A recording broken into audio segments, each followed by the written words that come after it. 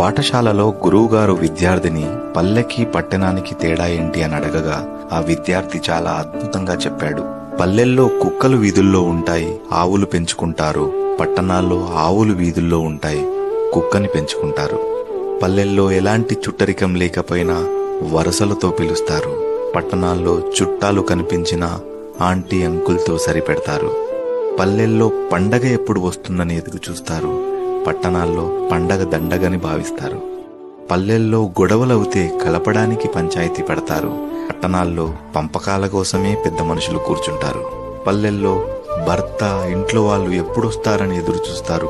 పట్టణాల్లో మన వాళ్ళ కంటే పని వాళ్ళ కోసమే పడిగాపులు కాస్తారు.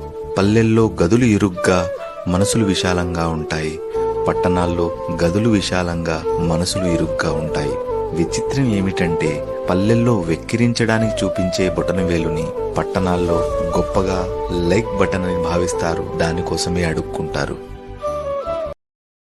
Download ShareChat.